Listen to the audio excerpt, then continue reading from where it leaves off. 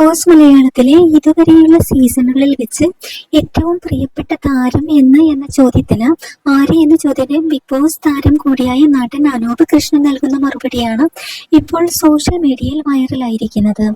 Big boss എന്ന പ്ലാറ്റ്ഫോമിനെ ആ വ്യക്തി സമീപിച്ച വിധത്തിന് കൈയടിച്ചാണ് അനൂപിന്റെ പ്രതികരണം.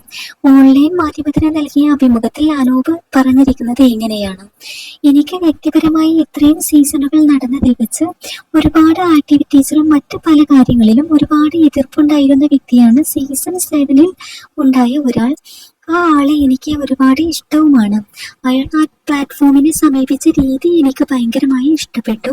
ഞാൻ ഭക്ഷണം കഴിക്കും, നിങ്ങൾ വേണമെങ്കിൽ കഴിച്ചോ, ഇവിടെ ഭക്ഷണം കഴിക്കരുതെന്ന് ആരും പറഞ്ഞിട്ടില്ലല്ലോ. ഇങ്ങനെയാണ് നെവിന്റെ ആറ്റിറ്റ്യൂഡ്. നമ്മൾ അവിടെ കഴിക്കാതിരിക്കുന്നത് വേറൊരാൾക്ക് കിട്ടണം എന്ന പോസിറ്റിവിറ്റി കാരണമാണ്.